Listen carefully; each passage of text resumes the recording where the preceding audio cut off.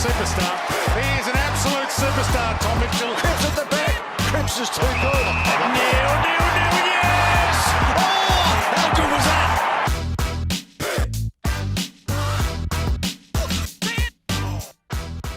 Back here for part 2 of our basketball series with Josh Giddey, who stopped by kindly again. Gids, great to have you back, mate. How's things? Thanks, Tommy. Things are great since the last time I saw you. Yeah, it's been a long time coming. How's things with Dyson going? Because he has also just been named the most improved player in the comp, and you guys are super tight. Yep. Thoroughly deserved it. Should he have got the defensive player of the year as well?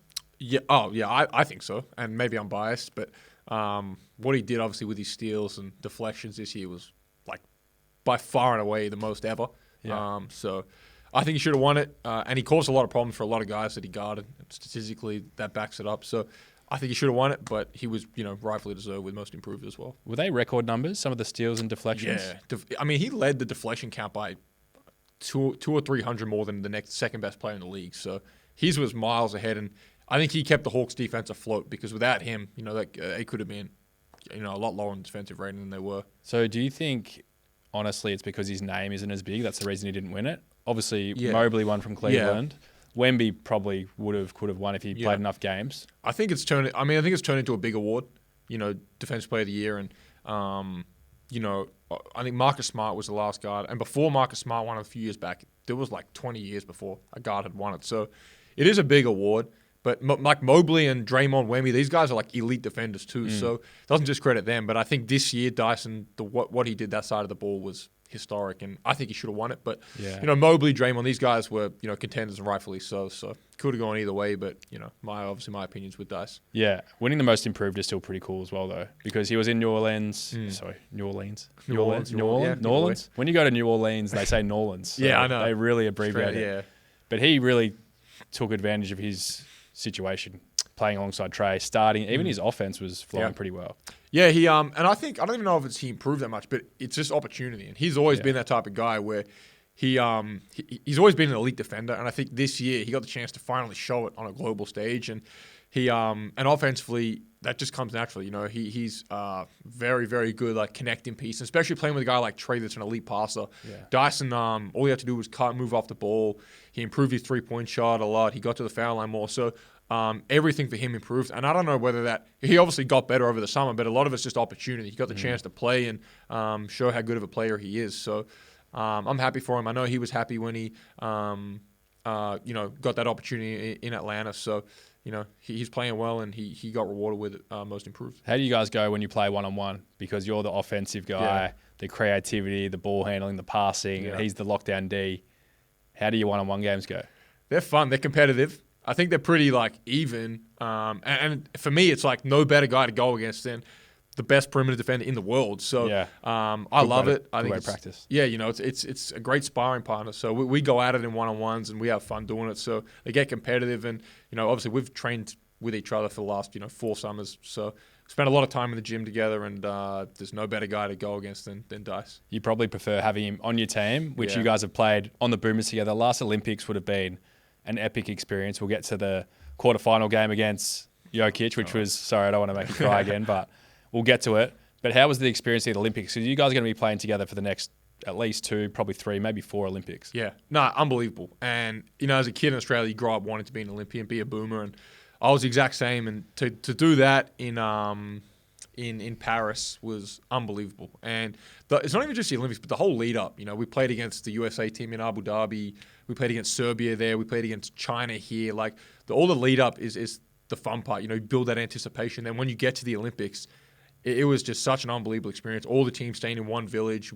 And the basketball was actually played separate from everywhere else. We played in Lille, which is like 3 hours out of Paris. Yeah. And all the pool games, the round games were there. And then if you made it through to the finals, you went to Paris. So we made it through we won one game in our pool, and then we had to rely on Canada beating Greece for us to get through. Yeah, and it happened. So I remember that. We lost to Greece in the morning. No, so we needed Canada to beat Spain. Yep. We had lost to Greece in the morning, and if Canada had lost to Spain in the afternoon, we were out. Yeah. And luckily they won. And I still remember I sat at that game by myself. I went there nervous, biting my nails. So, yeah, they won. We went to Paris. We played Serbia in the quarters. And then, we had to win that to keep moving on. And that was kind of where we ended. And it sucks because you play 4 games and then you got to wait another 4 years to go crazy. again. So it's just such a long, and it shows you how you got to take your opportunities. Yeah, and you miss an opportunity, that's it. You got to wait till LA in 2028 now. So it goes that quick. So how much did that hurt? Because you've spoken about it before, but losing that quarterfinal matchup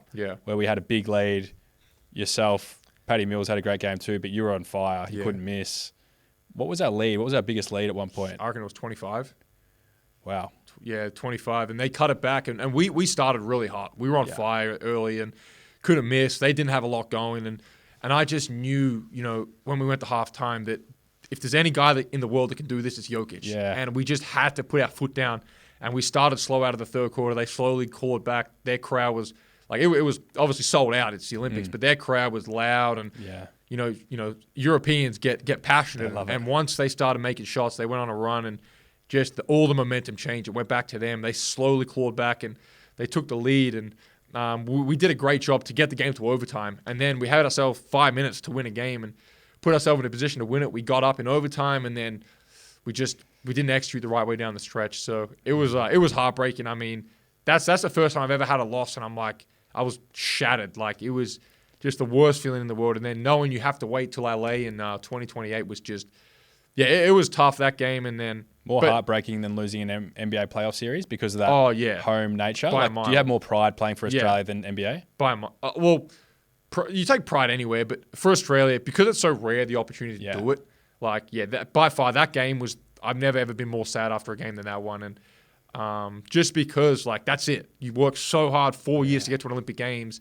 You lose like that, after being up 25, it was just, it was the worst feeling. But in looking back at it, there were so many things. We could have won that game, put ourselves in a position to win it. But, I think we know now, going into LA, what we need to do to get past where we were and how important every possession is, and you can't take them off and take it for granted. So, I'm chomping at the bit to get back out there for the next Olympics, and we'll be ready. What is the goal for the Boomers then? Gold medal. It's there. It's that every time. And I know the guys, they won a bronze in Tokyo in 21, and that was the highest any basketball team in Australia had ever won. And I think for this group now, it's like gold medal. I think for me, if we had went to that Olympics, and obviously winning an Olympic medal is unbelievable achievement in its own right, but gold medal is what we want. And going there, I don't know how, if we had won a bronze, I don't know how it would have felt. And I don't know. You don't go to finish third, right? You don't go to finish second either. So a silver medal sounds great, but it's you lose in the grand final, you get silver. So gold medal, and I think we have the guys to do it. It's just a matter of put in the right steps in the process, and when we get to LA, we've got to be ready to go, because one bad half, that's it. You got to wait 4 more years to get another crack. It's a long wait. Yeah. Who are some of the up-and-comers that you see in Australian basketball? There's yourself and Dyson, who will be the leader of this crew. There's Jock, who plays a starring role for the Boomers. Yeah. Who else is up-and-coming that you think will be a part of that squad for 28?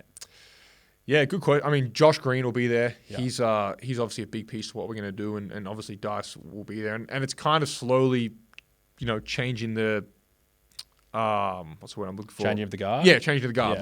Yeah. Where these older guys, new generations kind of coming through. So, I think, and and the Olympics is 3 years away, so it's hard to tell who's going to be on the team. There'll be some bolters and things. There could be a guy none of us are talking about that starts on the team. You just don't know. So, there's going to be good players. It's probably going to be one of the more younger teams we've had. Yeah. But at that time, I'll be 25, Das will be 25. So there'll be new guys coming through again. So you're in your prime. That's kind of scary. Yes. You'll have the keys. Yeah. So it's exciting, but it's so far away that you don't really know. It's hard to pinpoint now who's going to be on that team. Yeah. So when you're in that Olympic Village setup and all the teams are around each other, are you walking past Team USA on a daily basis? Are you seeing their players? Do you say hi? Is it very tribal? What's it like?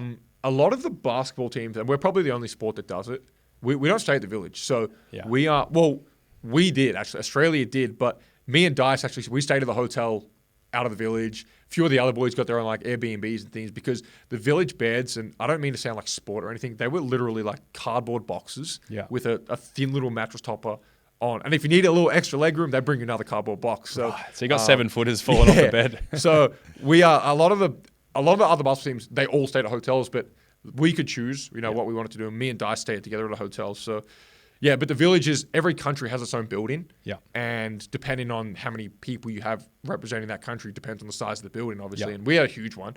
And you got like a cafe downstairs in the building. You have all these Australian things. So, yeah, you don't really see too many of the top athletes in their sport staying at the village because, one, they're so famous. Like, imagine LeBron or Steph walking around the village. Like, it's just too hard for them. So, a lot of the big athletes, and not just basketball, but like runners and other events, they'll stay off site. But the village is a really cool thing, and the dining hall's huge. All the athletes go there to eat, so that's cool. It was a cool experience. What's your view on that? So your association so far in your career with star athletes who literally are their own enterprise in a way. LeBron, Steph, you've been around Shea in a smaller market team at OKC, but do these guys genuinely have their own team of people, whether it be a security guard, their own trainer, their own chef? Yeah. Like what do they have and what do they need to be protected? Yeah, it's every guy is different, and obviously I've been around like Shea's going to win the MVP, so he's probably at the top of those guys. But and a lot of them you'll be surprised they're normal guys. Like, and I guess it's different from the outside looking in because a lot of the public doesn't know these guys on like a personal level. We're with each other every day, so we get to know them. But I guess guys like LeBron and Steph, they're obviously in a different kind of category where they can't walk down the street without being recognized. But a lot of these guys got their own people, their own teams around them. So yeah, it depends on the guy, one, and kind of how they are as a person and who they like to have around them. But it also depends on their ability to leave the house and how live a normal life. Yeah, on Shea as well. I'm fascinated by him because he's got that swag that everyone loves. But his fit outs, which your fit outs are pretty good as too, I must add. But his fit outs. You said he will splash, I don't know, you can probably tell me how much he spends on a kit. And then if he's just staying in the city for one night, he'll just leave it there and move on. Yeah, I mean, a lot of guys, and he's probably one of them that wouldn't wear the same outfit twice. A lot of guys, it's not just him though, a lot of guys don't do it, don't wear the same outfit multiple times because once you walk through the tunnel, it's been photographed, everyone sees it. So some guys don't want to use it twice, but obviously fashion's a huge part of the NBA, and I didn't get into it till probably my second year. You're embracing it now, though. You look like you love it. No, I love it now, but probably the last 3 years I've got more into it. But it's a big part of the NBA, and one of the reasons I probably got into it was because of OKC. Shea and a lot of the guys there used to be really involved with it, so that was probably where it started for me. But yeah, a lot of guys are into it, and it's a big part of what the NBA is. And how do you plan for that? Do you have someone at, say, a Louis Vuitton help you out? Do you style yourself? How does it work? And do you just do it for the big cities, or you do it for home games too? No, look, it depends. Like, obviously big cities, yes. Yeah. Home games, a lot of them, yes. But if we're on like a 6-7 game road trip, it's hard to. I'll usually shop on the road, so I won't pack 7 outfits for the games. I'll usually pack 3 or 4, and then when we get to a big city, we'll go shopping there. Yeah, gotcha. So that's kind of how I do it. Cool. But I don't let anyone style me. I always dress myself. So I love that. Yeah. Back to the basketball. What do you want to improve on? Because you've been fantastic. Like you've almost averaged a triple-double the back half of this season. Heading into next year, what's the ceiling for Josh Giddey? Yeah, I think shooting is the big one. Obviously, that improved this year, but that needs to get to another level as well. And you can always get better at things. And I mean, I'm, a way away from being a finished product. I think, I'm 22. I've still got so many things I need to get better at, and whether that's get stronger, get faster, more athletic, and specifically on the court, better, handling the ball.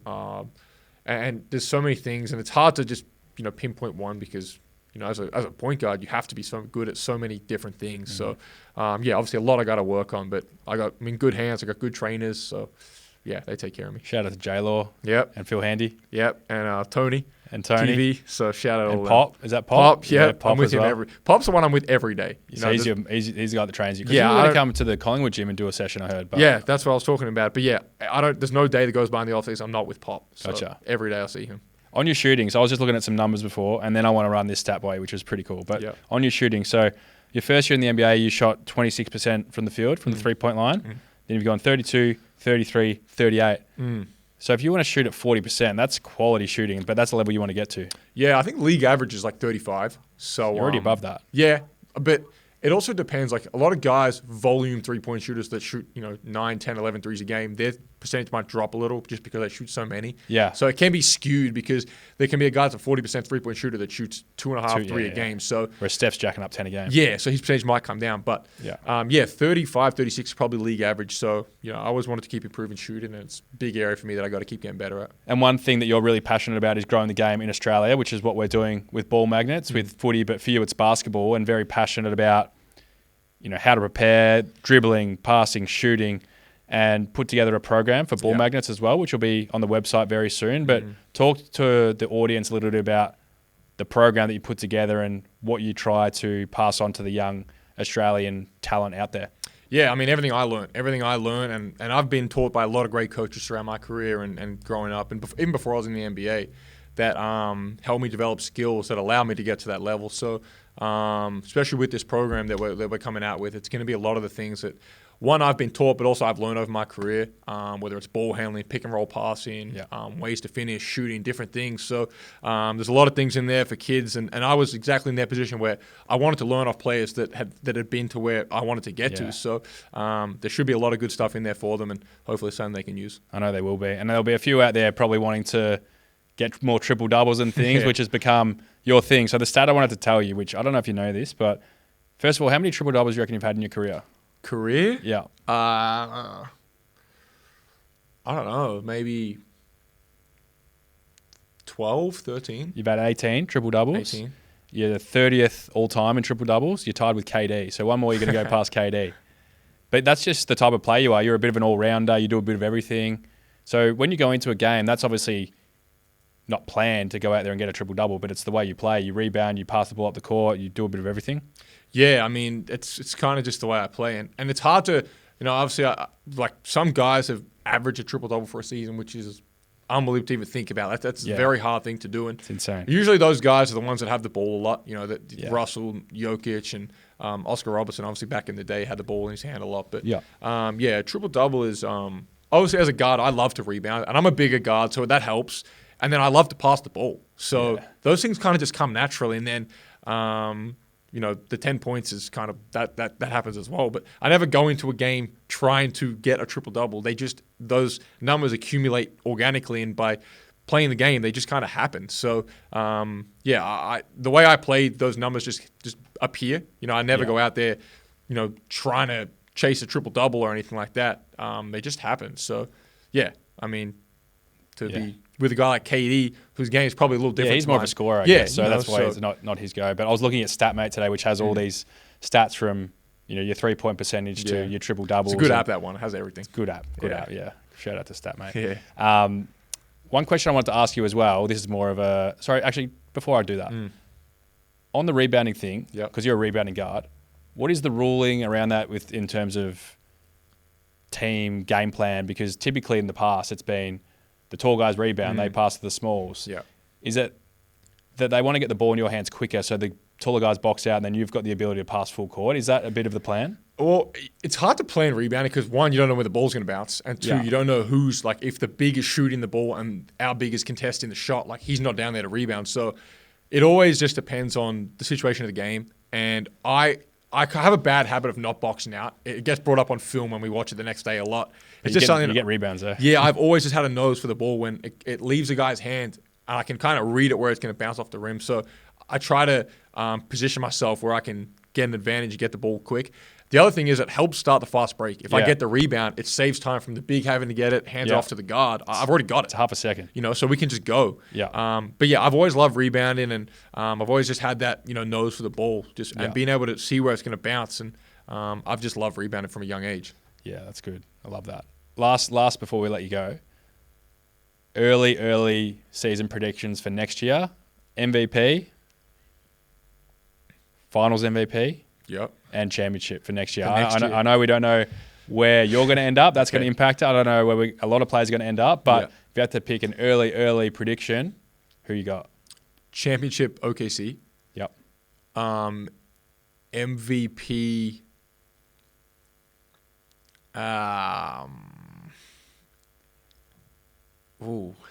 MVP. Shea Shea again. Yep. And what was the last one? Finals MVP. So I guess it's gonna be- this is excluding the Bulls, obviously. yeah, 'Cause excluding the Bulls championship is Bulls chip. yeah. Who's your biggest competitor? I would say. Yeah. OKC, Yeah, and then Finals MVP. Well, it probably has to be Shea. yeah, right. But MVP, I think can go. I think Wemby will be a dark horse for it. Yeah. I think he can win it. I think obviously Jokic will be there again. Yeah, Giannis. always. The It'll be usuals. the usuals, you know. Where does Luka fit into that conversation? I think, you know, obviously I think the team slowly, that Lakers team is going to be more and more his team going forward. Yeah. But yeah, I think he can be up there again. Yeah. You know, there's so many guys, and there's the usuals obviously that'll be there. But I think Wemby will be the one that'll, and it's not a surprise. You know, he's obviously a superstar. I think he'll be up there. Yeah. No, I love that. I think that's everything, Gid. That's everything. everything, mate. Thanks again for stopping by. Oh, good. In the middle of your off season. Appreciate you coming by. Looking forward to catching up in the States. Myself, Cripper, and Lockie will be in Chicago. Yep. Hopefully with you very soon. So we'll have a good feed and a good time there. Looking forward to it. Good work.